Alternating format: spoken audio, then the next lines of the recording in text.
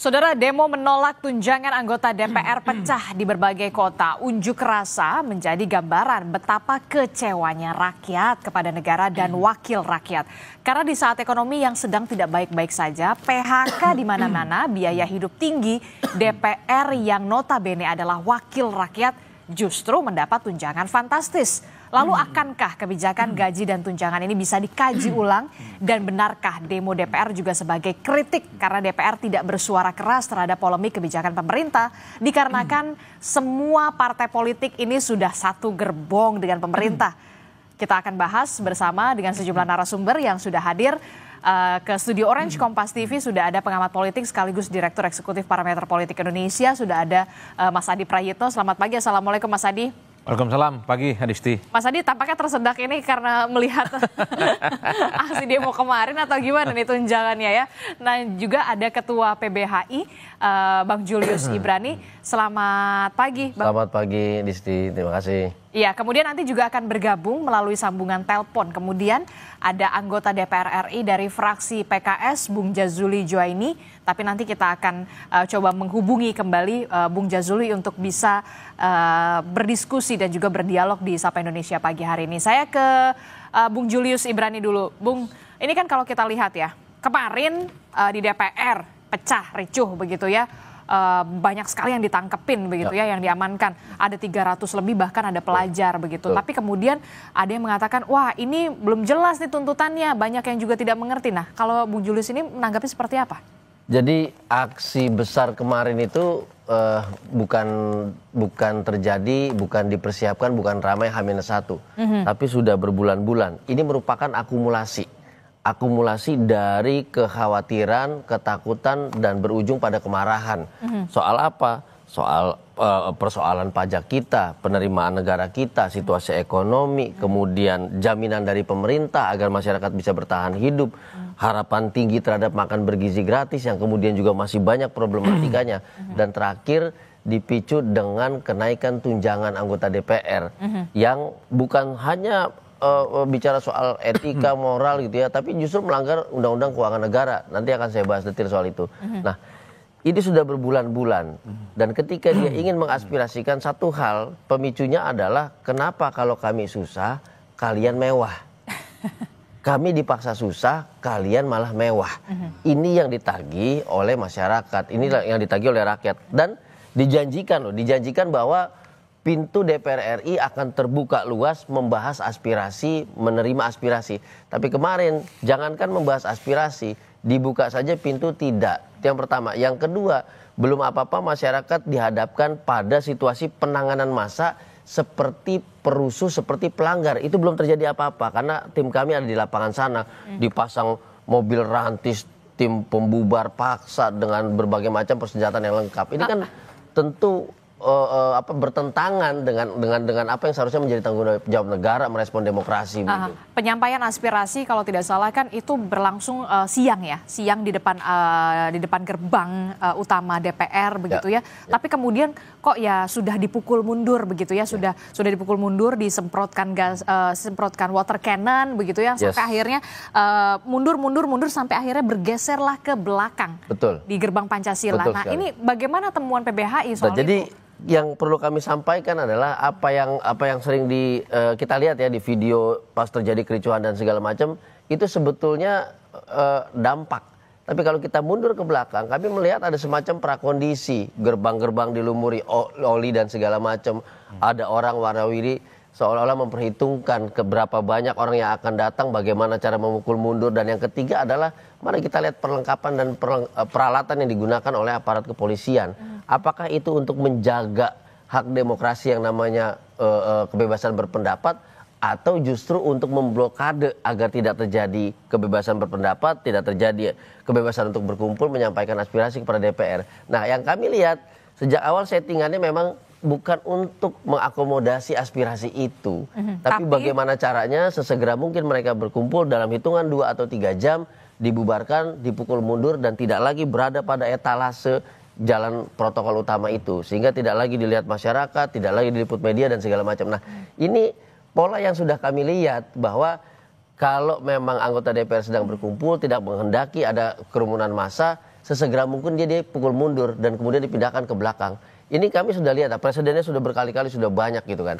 Termasuk juga berarti Anda ingin mengatakan reaksi yang dilakukan oleh pihak keamanan begitu sedikit berlebihan? Bukan hanya berlebihan, satu dia melanggar ketentuan di dalam pengendalian massa, ketentuan di dalam peraturan internal tentang bagaimana merespon aksi demonstrasi, bagaimana menetapkan eskalasi penggunaan yang menentukan penggunaan peralatan, perlengkapan dan pendekatan. Kami tidak melihat di situ misalnya Mas Ade Ari menjelaskan, oh kami sudah dekati koordinator aksinya, kami membukakan ruang, kami menyampaikan kepada DPR bahwa koordinator aksi mewakili para pendemo untuk menyampaikan aspirasi. Itu belum ada sama sekali. Belum ada sama sekali dan kemudian langsung disampaikan bahwa terjadi kericuhan di sini, terjadi vandalisme di sini, terjadi perusakan di sini.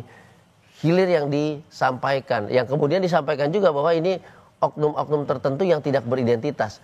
Lah, sedangkan ratusan massa mayoritas yang beridentitas jelas, wajahnya jelas, belum diakomodasi. Tapi langsung merespon yang tidak beridentitas ini yang kemudian berbuat rusuh dan berbuat vandalisme. Nah ini kan kita jelas bahwa fokusnya adalah adanya kericuhan, adanya pelanggaran. Jadi fokus tentang aspirasinya ini yang ditinggalkan. Nah ini pola yang sudah kami baca dan ini tentu ini tidak akan menghentikan demonstrasi. Tidak akan menurunkan tensi para demonstran sekalian. Ini justru akan menimbulkan kemarahan demi kemarahan, gitu. Karena tujuan utama menyampaikan aspirasi tidak tersampaikan, lalu tujuan untuk berkeluh kesah juga tidak dibukakan pintu, yang ada merespon dengan cara-cara kekerasan dan bahkan penindakan dengan upaya paksa penangkapan, penahanan dan yang lain. Ada penangkapan pengamanan itu kalau tidak salah lebih dari 300. Lebih dari 300, 196 diantaranya adalah anak-anak di bawah umur. Betul, respon Anda? Betul. Nah, jadi ini yang kami sampaikan dari awal, ketika ada demonstrasi yang merupakan implementasi hak asasi, maka responnya adalah menjaga, bukan menindak. Itu dua hal yang berbeda. Ketika prinsip menjaga, maka peralatan yang digunakan adalah peralatan humanis, bukan peralatan huru-hara untuk membubarkan. Nah, kalau di depan kita sudah melihat itu, kita sudah bisa prediksi di ujung akan ada upaya paksa kekerasan, upaya paksa penahanan, penangkapan dan yang lain. Dan kita akan melihat bahwa siapapun yang di lapangan, bahkan jangan-jangan ada demonstran juga, ada yang non demonstran juga yang kemudian ditindak. Itu seperti menyebarkan jala secara bebas, yang pasti tujuannya kemudian tidak ada crowded di lokasi itu. Nah ini yang pasti melanggar aturan tentang pengendalian massa, melanggar hukum acara juga, dan apalagi di situ ada anak-anak, dan ini dimensinya luas kalau kita bicara anak-anak. Iya, tapi kalau memang pelajar itu kan memang seharusnya tidak diperkenankan untuk berdemo ya, bukan demonstrasi. Ketika anak-anak juga dihadapkan pada situasi anggaran pendidikan digeser untuk makan bergizi gratis. Artinya ada fasilitas-fasilitas pendidikan yang akan dikurangi. Sementara anak-anak ini juga mendengar bahwa bapak-bapak anggota DPR menerima fasilitas rumah yang sebetulnya kebanyakan nggak butuh rumah juga, sudah punya rumah yang mewah. Nah ini yang membuat anak-anak sekolah juga marah. Apakah berdemonstrasi lalu kemudian seperti orang dewasa? Tidak juga. Bisa saja difasilitasi, di mana di lapangan DPR masih bisa dilakukan secara tertib, secara damai bisa. Tapi tadi saya bilang di awal, ini tidak pernah terjadi. Ini belum diakomodasi, tahu-tahu sudah dibubarkan. Nah ini yang membuat semua kericuhan dan vandalisme terjadi sebagai reaksi dari tindakan yang berlebihan itu. Kalau dari segi politik ya, Mas Adi Prayitno, Anda melihat ini merupakan akumulasi kemarahan rakyat begitu yang sudah dalam tanda kutip gerah atau seperti apa sebenarnya? Saya menduga ini bagian dari the peril of stability, semacam bahaya stabilitas. Bahaya stabilitas? Ya, banyak pihak yang mengatakan bahwa stabilitas itu adalah kunci pembangunan. Tapi di Indonesia kalau semuanya diakomodasi, semua diajak kerjasama, partai-partai politik itu menjadi bagian dari koalisi pemerintah, tutup mata dengan aspirasi, tutup mata dengan pendapat-pendapat rakyat, maka yang terjadi adalah protes dan resistensi yang muncul di jalanan. Tapi eksekutif dan legislatifnya stabil. Betul, yang saya ingin katakan adalah ketika semua mengatasnamakan kerjasama politik itu menjadi penting, gotong royong antara eksekutif dan legislatif adalah kunci bagaimana membangun Indonesia. Tapi ingat, Di luar itu, di luar kesepakatan elit rakyat, civil society, mahasiswa, dan basis-basis massa, mereka punya cara tersendiri untuk menyampaikan apa yang mereka sebut sebagai pendapat dan protesnya. Itu yang kemarin terjadi pada demonstrasi di DPR. Ada mahasiswa, ada pelajar, ada rakyat, ada ojol, dan seterusnya. Adisti, yang ingin saya katakan adalah, saya kebetulan ada di sekitaran Senayan kemarin. Ini adalah model aksi demonstrasi yang agak berbeda dengan demonstrasi-demonstrasi yang lazim kita saksikan di Indonesia. Apa perbedaannya? Biasanya kalau demonstrasi di Indonesia, kalau dia adalah aktivis mahasiswa, atas nama BEM. Ya. BEM Indonesia, BEM Nusantara, BMSI, dan asosiasi-asosiasi yang terakomodasi dalam kelompok-kelompok aktivis mahasiswa. Ataupun misalnya aksi demonstrasi yang dilakukan oleh kelompok-kelompok buruh, yang katanya nanti mereka akan demo tanggal 28. Ya. Nah, kemarin kita itu sulit untuk mendeteksi. Tidak ada bendera besar yang mereka pancangkan sebagai satu kesatuan bahwa mereka itu berasal dari satu organisasi dan kepentingan yang sama. Mereka itu terserak. Mereka itu adalah kelompok pelajar, adalah mahasiswa yang pakai jas alma mater.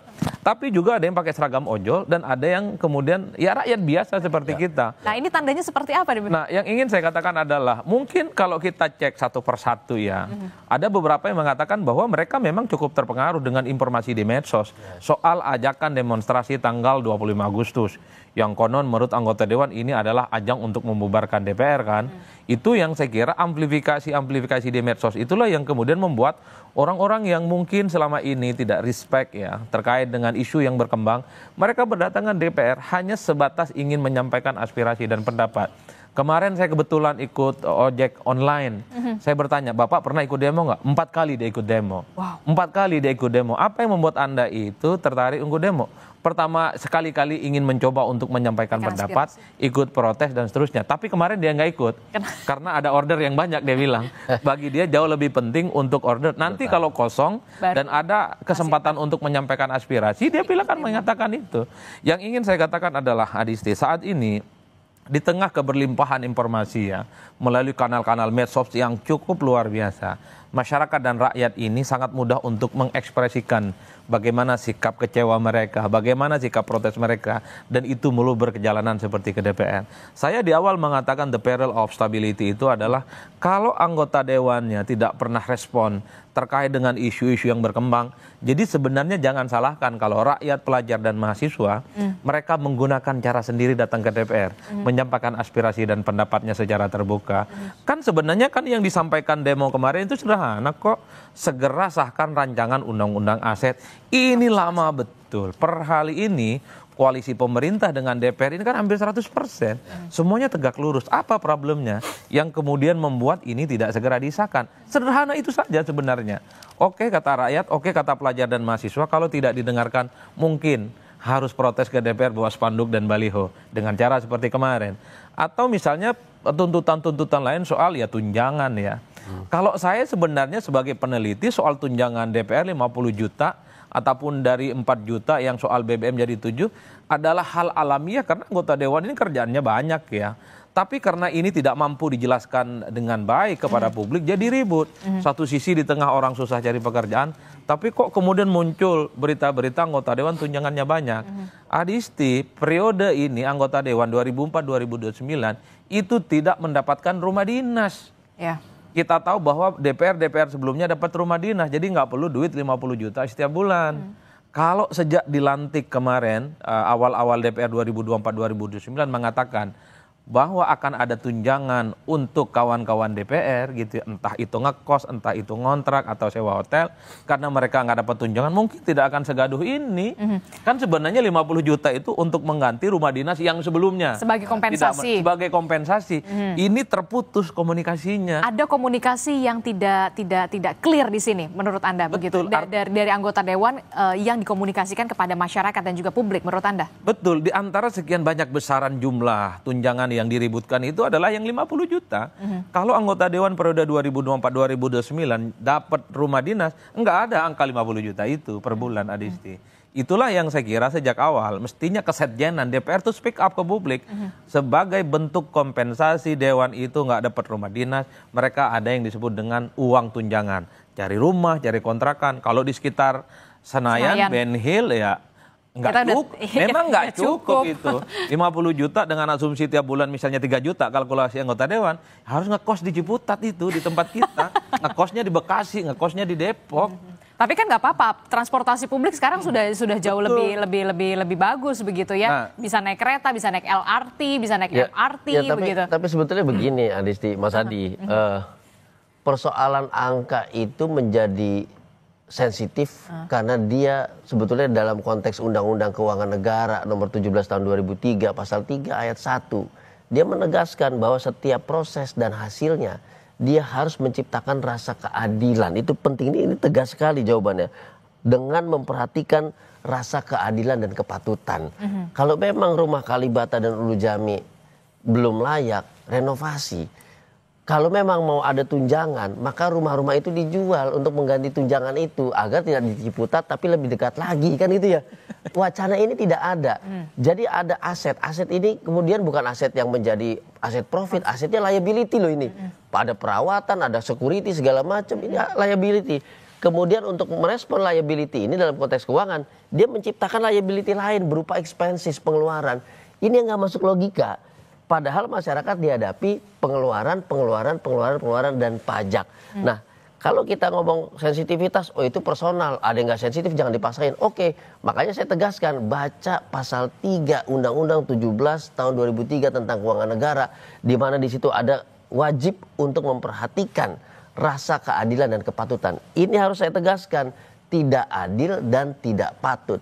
Tidak adilnya karena situasi seperti ini, tidak patutnya karena pembahasan yang tidak terbuka, publikasi yang tidak memadai, sehingga menciptakan apa? Menciptakan opini di publik, menciptakan asumsi bahwa mereka menerima kemewahan, kami menghadapi kesusahan. Kan begitu kesimpulannya, Adisti. Nah, itu dia pembahasan yang tidak transparan, publikasi yang kurang transparan. Inilah yang apakah ini bisa dikatakan karena memang sudah satu suara semua wakil-wakil rakyat kita di sana.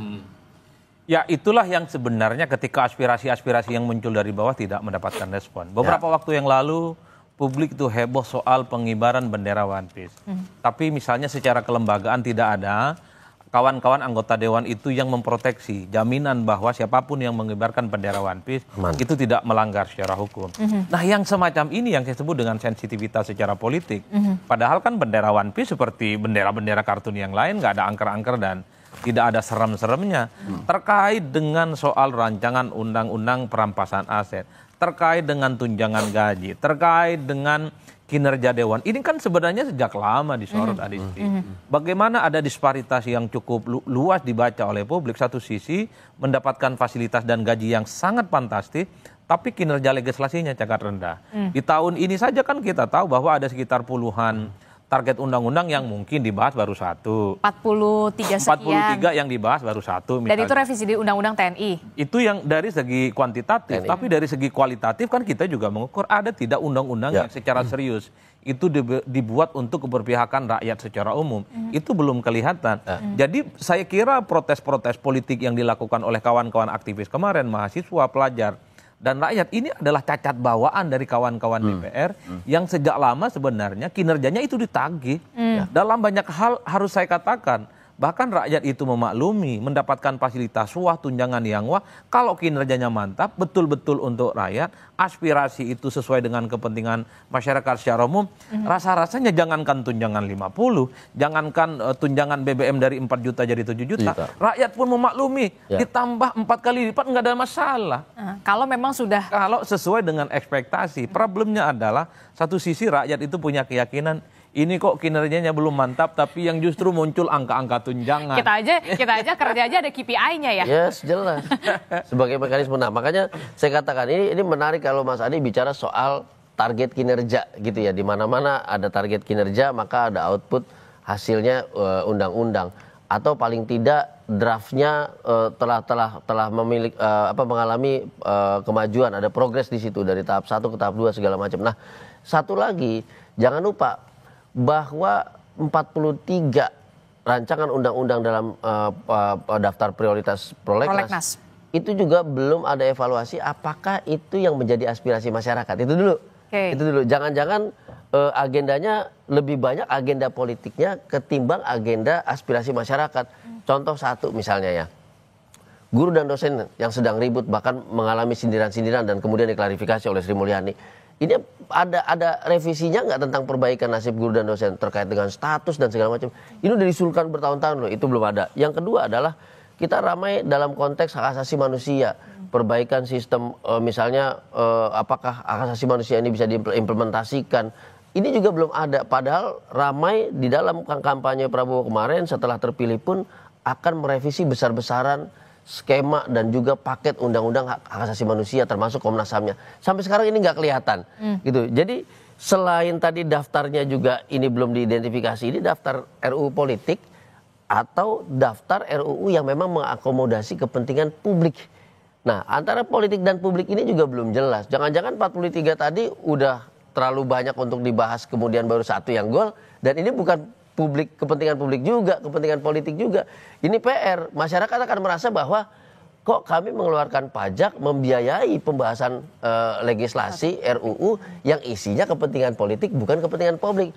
Kami membayari sesuatu yang isinya karung atau kantong kosong. Kami mengalami kerugian di situ. Itu bisa juga terjadi. Dan itu sudah masuk ke dalam wacana di medsos. Dan gitu. jangan sampai ada gerakan ogah bayar pajak. Ini kan yang kemudian dikhawatirkan kan? Ini bukan dikhawatirkan, ini sudah kemudian diwacanakan dan sudah dicari bagaimana caranya. Makanya kemarin ada yang sampai pindah ke luar negeri aja dulu dan segala macamnya. One Piece tadi Mas Adi cerita itu bukan satu wacana yang sederhana. Saya nggak nonton atau baca komik Jepang begitu. Tapi begitu naik, saya coba memahami, ternyata masyarakat, bahkan pembaca komik, memahami situasi negara yang begitu genting, memahami kekuasaan politik yang begitu jauh gapnya dengan publik, memahami bahwa ada hak-hak konstitusional publik yang sedang dilanggar, dan itu jadi pemicu. Anak-anak SMA kemarin, beberapa sekolah lah, ada yang SMA, ada yang STM, saya coba colek di jalanan, saya tanya, kenapa? Om baca One Piece atau tidak?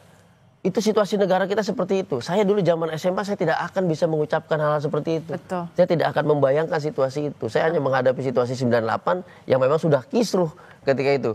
Jadi menarik bahwa anak-anak sekolah ini nggak bisa diremehkan karena dia membawa suatu pemikiran gitu. Yang memang pemikiran yang kritis yang tidak Betul bisa dihindarkan lagi. Betul. Begitu meskipun ya. lewat komik gitu. Oke, Mas Adi dan juga Bung Julius Ibrani, kami sudah terhubung melalui sambungan telepon.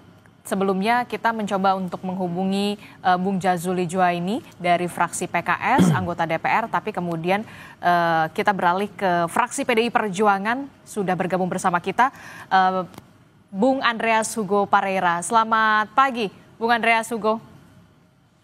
Selamat pagi Adisti. Iya, Bung Andreas, akhirnya kita bisa ngobrol lagi ini setelah minggu kemarin saya sempat juga menghubungi Bung Andreas, tapi kemudian membahas soal yang sama ini ternyata ya, masih soal tunjangan DPR. Nah, dari DPR sendiri, dari fraksi PDI Perjuangan sendiri, melihatnya seperti apa responnya ini soal tunjangan yang lagi-lagi dipermasalahkan oleh warga gitu ya, masyarakat begitu, karena kecewa begitu sampai demo kemarin pecah. Bung Andreas Hugo ada di mana tuh? Saya dari pagi waktu itu dua hari lalu ya. Dari pagi sampai siang itu ada di DPR. Setelah itu kami ada rapat di partai itu.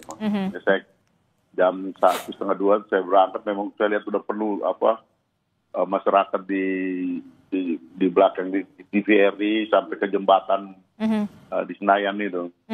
Memang ya, kalau saya pendapat dengan apa yang disampaikan tadi singgung oleh Mas Adi kalau tidak salah, soal akumulasi dari berbagai situasi yang saat ini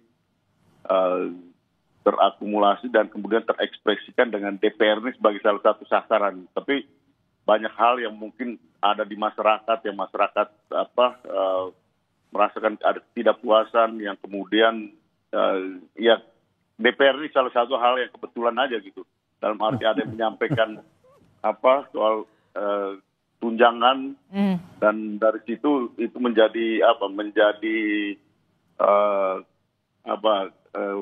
seperti bensin yang disiram ke api gitu. Karena sudah ada di masyarakat. Sebelumnya kita lihat soal munculnya bendera One Piece, terus kemudian ya hal-hal yang sudah terekspresikan di masyarakat. Saya kira ini perlu tidak dilihat kasusnya saja, gitu.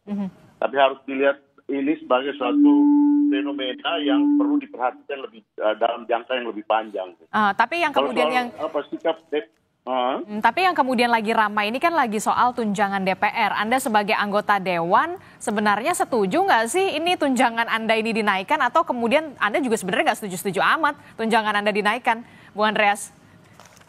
Ya, itu sebenarnya saya di dalam pembahasan sebelum di Kompas TV ini juga saya jujur aja saya sebenarnya tidak terlalu memperhatikan juga gitu ini soal tunjangan kita dari dulu.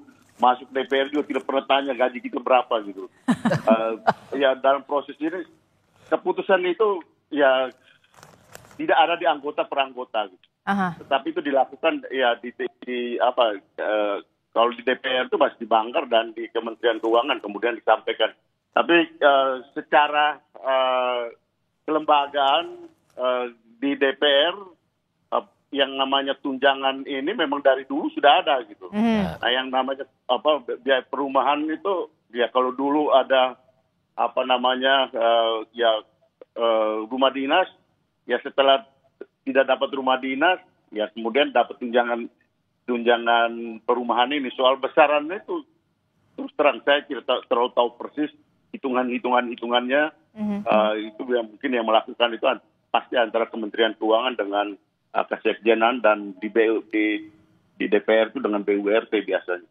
Tapi dengan melihat adanya demo begitu ya, reaksi yang diberikan oleh masyarakat sampai demo ini pecah begitu ya di DPR, Anda merasa secara individu sudah tepatkah kemudian Kementerian Keuangan, Banggar DPR untuk menaikkan tunjangan bagi anggota Dewan di saat ekonomi yang sedang tidak baik-baik saja, Bung Andreas?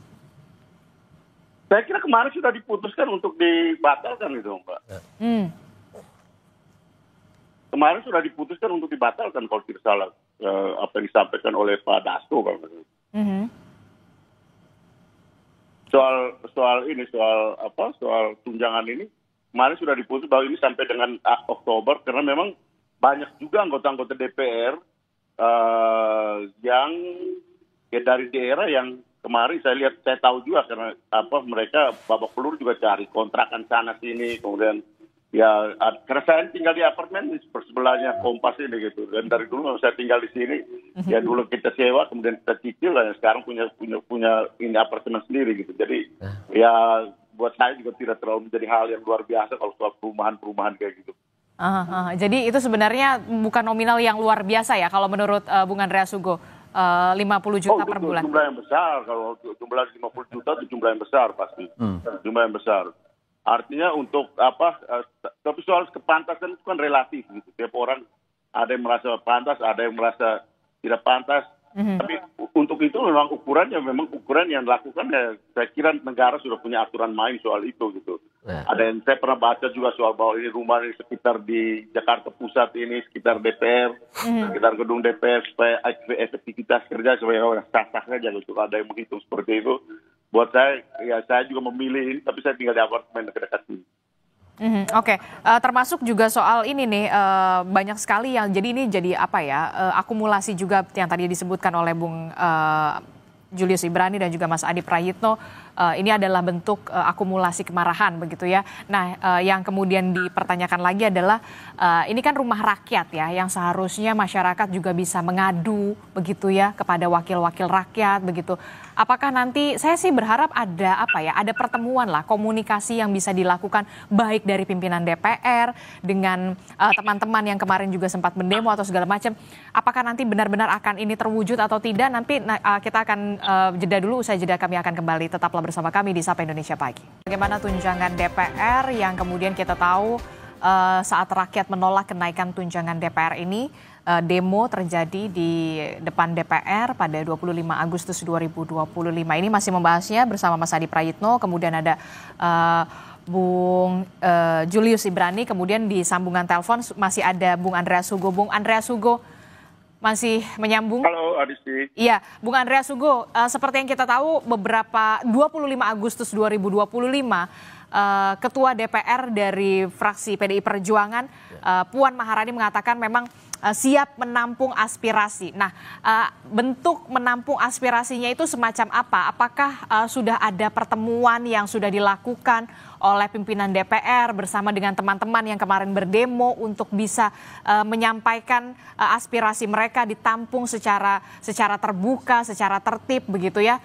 Seperti kalau kita lihat kemarin revisi Undang-Undang TNI kan juga sempat, pimpinan DPR juga sempat membuka komunikasi dengan sejumlah aktivis waktu itu di revisi Undang-Undang TNI. Nah, bentuk menampung aspirasi yang dikatakan Puan Maharani ini seperti apa? Apakah sudah terlaksana atau seperti apa?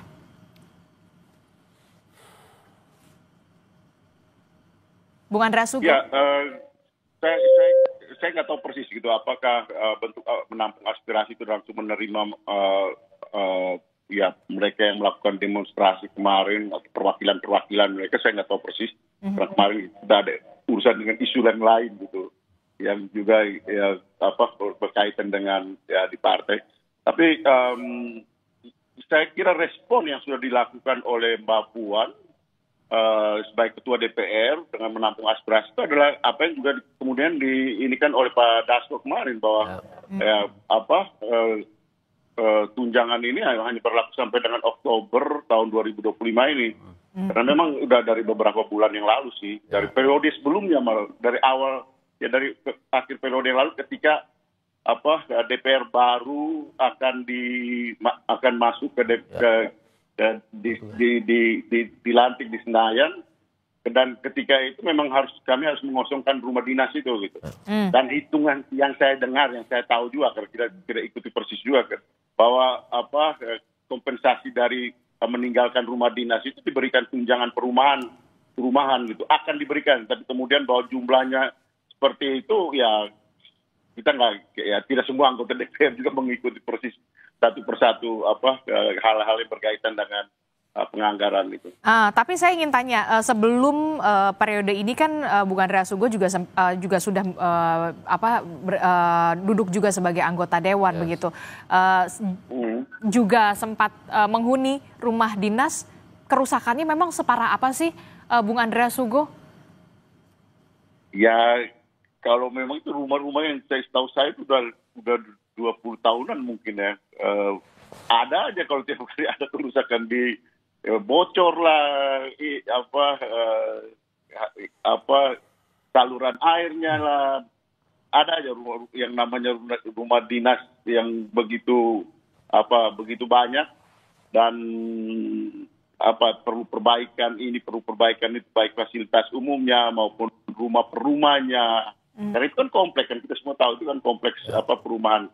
Dan dari segi besaran konon katanya itu jauh lebih efisien kalau memberikan kompensasi dalam bentuk langsam tunjangan perumahan dibandingkan dengan biaya perawatan rumah itu, rumah tersebut. Karena tahun 2008 kalau kira saya, karena saya sudah di DPR juga pada waktu itu kami harus keluar juga dari rumah dinas. Rumah dinas itu karena waktu itu harus diperbaiki. Itu renovasi lumayan banyak pada waktu itu. Karena, tapi Anda sempat tinggal di rumah dinas itu berapa lama? Pernah, saya sempat tinggal di situ juga. Oke, jadi kalau menurut Bung Andreas Sugo, karena memang rumah dinas ini sudah banyak kerusakan, bocor, saluran airnya dan segala macam, jauh lebih efisien memberikan kompensasi 50 juta per bulan. Adisti, ya? Kalau kompensasi itu yang hitung itu kesekjenan, bukan kami yang hitung. Kesekjenan. Kesekjenan yang hitung kalau soal kompensasi, itu bukan kami yang hitung, kami hanya terima aja. Karena semuanya memang sudah diatur dari kesekjenan begitu ya, Bung Andreas Sugo ya? Kesekjenan dan Kementerian Keuangan pasti. Oke. Nah itu kalau menurut kesekjenan itu lebih efisien memberikan 50 juta tunjangan dibandingkan kemudian melakukan perawatan menyeluruh begitu, renovasi dan segala macam, itu anggarannya jauh lebih besar. Jadi gini, nih kalau kita yang nyicil rumah gitu ya, yang bangun rumah pelan-pelan dari awal, ini kita punya satu ungkapan, Adisti. Rumah yang tidak ditempatin itu akan mudah rusak dan cepat hancur. Selalu begitu. Dan kita juga lihat beberapa kali kita berkunjung ke perumahan DPR RI, baik di Kalibata atau Nurul Jamil, itu banyak yang kosong. Semakin dia kosong, semakin hancur. Makanya tadi saya bilang, ini liability, aset yang tidak produktif. Kalau memang ini tidak dibutuhkan, kalau memang ini beban perawatannya lebih tinggi, ya diperjualbelikan saja, ditransaksikan saja, kemudian menjadi aset yang bisa dimanfaatkan. Itu logika dasar. Tapi kami tidak mendengar itu. Jadi menambah tunjangan, sementara aset ini menjadi liability yang terus-menerus ada perawatan. Ini kan nggak mungkin didiamkan sampai hancur begitu rata dengan tanah di sini. Ini ekspansinya terjadi, ini tunjangannya jalan, ini malah double pengeluarannya.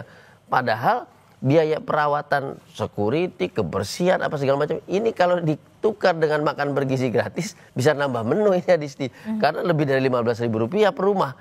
Sementara ini ditambah. Kita nggak boleh lepas daripada logika itu gitu ya. Kalau rusak diperbaiki, bukan kemudian ditinggalkan, tetapi biaya perawatan jalan, lalu menambah komponen baru dengan yang namanya tunjangan. Nah, ini bukan soal kecil. Ini soal logika keuangan yang bertentangan dengan keuangan negara. Ada prinsip utama di situ sebagai dasarnya, yaitu efisiensi. Pertanyaannya, apakah model pengeluaran seperti tadi itu efisiensi? Ya jelas tidak efisien. Pengeluarannya double, ini liability tetap ada pengeluarannya, ini menambah yang baru. Sementara masyarakat, penambahan-penambahan itu ada di penambahan pajak, Adisti. Jadi bukan di penambahan peluang ekonomi, peluang subsidi, pembagian sembako dan segala macam. Tapi menambahnya pajak. Di sini pengeluaran-pengeluaran yang menjadi beban yang dibayarkan oleh pajak. Nah itu yang menjadi kunci kemarahan. Makanya saya bilang tidak terjawab dan tidak terjelaskan. Karena mekanisme penganggarannya, mekanisme pembiayaannya itu nggak masuk di akal dan melanggar keuangan negara. Poinnya kan di situ. Makanya masyarakat marah kemudian. Masyarakat marah, gua yang susah, bukannya dibantu untuk paling tidak mendapatkan satu kehidupan yang standar gitu ya, agar tidak susah. Tapi malah memberikan satu hal yang ini menurut rakyat loh, menurut masyarakat. Angka 50 juta itu mewah, sangat mewah loh di sini. Berapa UMP DKI Jakarta? 5 juta. Artinya hanya 10%-nya saja. Sementara ini 10 kali lipatnya hanya untuk tunjangan perumahan. Ini UMP-nya untuk seluruh kehidupan. Ada anak sekolah, anak jalan-jalan, istri beli kosmetik dan segala macam. Semua ada di situ. Di 1/10 dari tunjangan yang hanya rumah saja, dan itu belum tentu dimanfaatkan. Karena masing-masing mereka udah punya rumah mewah di tempat-tempat tertentu gitu loh. Bagaimana Bung Andreas Sugo merespon ini? Bung Andreas Sugo? Respon yang mana nih? Respon yang ya, mana? Karena kita, kalau kita tadi dijelaskan oleh Bung Julius Ibrani dari segi logika keuangannya begitu ya, termasuk juga PDI Perjuangan, kita harapkan juga masih bisa kritis di sana begitu di DPR, Bung Andreas. Ya jujur, saya secara pribadi logika keuangan, hitungan keuangan saya tidak terlalu pandai menghitung-hitung seperti itu. Tapi ya saya kira memang dari jumlah dan dari ini memang kalau masyarakat memberikan reaksi dalam situasi seperti ini ya pantas-pantas saja, apalagi dengan apa yang disampaikan oleh teman-teman pengamat yang memahami sistem keuangan gitu. Dalam arti memang ini akumulasi, yang saya sepakat dengan apa yang tadi disampaikan, akumulasi dari situasi sosial yang terjadi di masyarakat. Ini kalau tidak kalau dilihat ini hanya sebagai kasus, akan muncul juga kasus-kasus yang lain gitu. DPR ini kebetulan kena di dalam situasi ini dan yang terjadi pada DPR gitu. Kemarin kalau misalnya One Piece itu juga tidak diberikan respon yang pas, itu juga akan berkembang. Ini kan akumulasi yang terus bisa terjadi kalau grand policy-nya ya, kalau kebijakan secara nasional, kebijakan secara umum itu tidak bisa mengatasi berbagai persoalan. Kenapa? Karena persoalan ekonomi itu akan selalu menjadi pemicu terhadap persoalan-persoalan sosial dan politik yang berikut gitu. Dan ingat peristiwa yang terjadi tahun 98 gitu. Nah, di sini kan fenomena ini harus dilihat sebagai suatu persoalan secara umum. DPR ini kebetulan menjadi sasaran yang sasaran empuk ketika di dalam situasi seperti ini. Jadi ya menurut saya jangan hanya dilihat kasusnya, tapi harus dilihat fenomena secara keseluruhan. Okay. Jadi artinya ya saya sebagai anggota DPR saya memahami respon dari publik yang begitu cepat, sama seperti kemarin ketika respon publik terhadap kasus undang-undang pilkada itu, mau revisi undang-undang pilkada, begitu cepat terjadi. Kenapa? Karena ada akumulasi ketidakpuasan terhadap sistem yang dibangun pada waktu itu. Saya Dan ini yang sampai ini terus-menerus terjadi seperti ini. Ketika terjadi akumulasi persoalan, baru kemudian kita melakukan perubahan-perubahan untuk merespon apa yang diinginkan oleh publik, gitu, apa yang disampaikan oleh publik. Saya harap Bung Andreas Hugo dan juga teman-teman lainnya, begitu rekan-rekan anggota Dewan juga masih bisa melihat dan juga masih bisa mendengar apa yang kemudian menjadi keresahan dari masyarakat dan juga menjadi kekecewaan dan bisa menampung aspirasi rakyat sebagai wakil rakyat, begitu ya. Termasuk Deddy Sitorus, Bang. Gimana? Termasuk Deddy Sitorus, Bang, biar sikapnya sama kayak Abang Andreas. Sikap yang mana yang sama nih? Sikap terhadap tunjangan ini, Bang. Ya, kita harapkan. Biar karena ada pernyataan dari Bang Deddy Sitorus yang kontraproduktif dengan apa yang menjadi concern masyarakat. Jadi kalau kita mendengar statement dari Abang ini, masyarakat tenang karena ada dukungan, ada kesamaan persepsi, ada kesamaan atas rasa keadilan. Nah, sementara anggota Abang yang lain, Deddy Sitorus, itu mengeluarkan statement yang berkebalikan untuk tidak mempersamakan anggota DPR dengan rakyat jelata. Ini tentunya juga menimbulkan kemarahan, Bang. Padahal sikap Abang ini sudah sempurna sekali di mata masyarakat. Kan begitu? Baik. Kita tentu saja berharap... Terakhir, Mas Adi. Sorry, saya sambung. Ini kalau di DPR ini kan tiap anggota, tiap fraksi. DPR bukan lembaga yang homogen. DPR ini lembaga yang heterogen. Ini beda dengan lembaga kepresidenan, lembaga pemerintahan yang satu garis gitu. Tapi kalau DPR ini kan lembaga yang heterogen kan. Orang bisa berbeda pendapat di sini soal ini. Baik. Dan itulah negara demokrasi. Baik. Saya ke Mas Adi Prayitno untuk closing statement. Mas Adi, setelah melihat penjelasan dari Bung Julius Ibrani, kemudian Mas Andreas Hugo, kita berharap apa yang diresahkan oleh masyarakat, kekecewaan masyarakat ini bisa didengar, ditampung aspirasinya seperti Bung Andreas Hugo dan juga rekan-rekan yang lain. Ya, saya kira soal tampung aspirasi, saya kira sejak lama kawan-kawan DPR ini kan selalu ngomong. Setiap ada protes, ada resistensi dan perlawanan dari kelompok-kelompok civil society. Tapi seringkali yang menjadi concern publik soal isu-isu kerakyatan, soal kebijakan-kebijakan yang pro dengan rakyat itu kan seringkali jauh panggang dari api di sini. Artinya yang ingin saya katakan adalah bahwa ketika ada isu-isu yang strategis, menyangkut kepentingan bangsa secara umum, menyangkut hajat hidup rakyat Indonesia, saya kira bukan hanya didengarkan dan bukan hanya ditampung. Yang paling penting adalah bagaimana dia itu bisa berwujud sebuah kebijakan sehingga protes-protes itu tidak muncul kembali. Harus kita akui di tengah dunia digital yang sangat luar biasa, medsos yang sangat luar biasa, rakyat punya cara untuk melakukan protes dan perlawanan ke anggota dewannya. Melakukan protes kepada siapapun yang dinilai merugikan masyarakat secara umum. Artinya ketika rakyat kemudian bersuara, dia melampaui partai, dia melampaui fraksi, dan dia melampaui anggota dewan. Itulah yang saya sebut jalan ninja, jalan sunyi yang seringkali ditempuh oleh kelompok-kelompok kritis. Bagaimana suaranya itu bisa disampaikan ke publik. Di medsos sudah ngomong, melalui kanal-kanal media sudah ngomong, tapi tidak didengarkan. Maka satu-satunya cara adalah dengan cara konvensional. Turun ke jalan, bawa spanduk dan menuntut sejumlah aspirasi yang menurut mereka hanya dengan cara itu suara mereka itu akan didengarkan. Kan publik bertanya-tanya, bisa tidak kalau isu-isu yang disampaikan oleh aktivis mahasiswa dan rakyat seperti soal misalnya rancangan undang-undang aset, koruptor dan seterusnya itu seperti halnya direspon dengan cepat terkait dengan isu pemakzulan beberapa waktu yang lalu. Sejumlah purnawirawan, nggak ada protes, nggak ada demonstrasi, tapi mengusulkan pemakzulan dan langsung direspon. Kan indah betul kayaknya hidup. Tapi aktivis-aktivis mahasiswa, rakyat dan pelajar ini kan harus goyang-goyang pagar DPR dulu. Baru kemudian muncul akan didengarkan dan akan direspon. Secara prinsip adalah rakyat tidak akan marah, tidak akan protes, sepanjang apa yang terjadi hari ini memang sesuai dengan keindahan yang diinginkan. Kesejahteraan, stabilitas itu akan terwujud seiring dengan bagaimana rakyat itu memang harus di atas segala-galanya, bukan hal yang lain. Itulah yang saya kira ini adalah satu bonus di mana pola pikir rakyat itu semakin maju dan bahkan dia melampaui keinginan-keinginan yang kita harapkan. Makanya kalau besok-besok ada protes, ada demo, tanpa harus atas nama embel-embel B, harus ada embel-embel nama buruh, petani, dan nelayan. ini adalah yang disebut dengan New Social Movement. Gerakan sosial baru yang mereka itu nggak perlu figur, nggak perlu ormas, nggak perlu kelompok. Yang paling penting mereka menyeruakan di media sosial, ayo kumpul tanggal 25 Agustus, ayo kumpul 28, kumpul mereka tanpa termasuk identitas juga yang apapun. 28 Agustus nanti? Betul sekali. Itu akan terwujud juga sama? Sama. Dengan tuntutan yang sama? Dengan tuntutan yang sama. Jadi gini, ini penting Adisti. Dalam situasi tingginya ketidakpercayaan masyarakat terhadap kebijakan, terhadap pimpinan, baik di eksekutif ataupun legislatif, ini yang paling dikhawatirkan dia akan menimbulkan yang namanya civil disobedience. Kemarin itu salah satu bentuk civil disobedience. Ada vandalisme, ada kekerasan yang juga dilakukan oleh kerumunan massa demonstran. Itu adalah ekspresi civil disobedience. Nah, tapi mari kita lihat mundur ke belakang.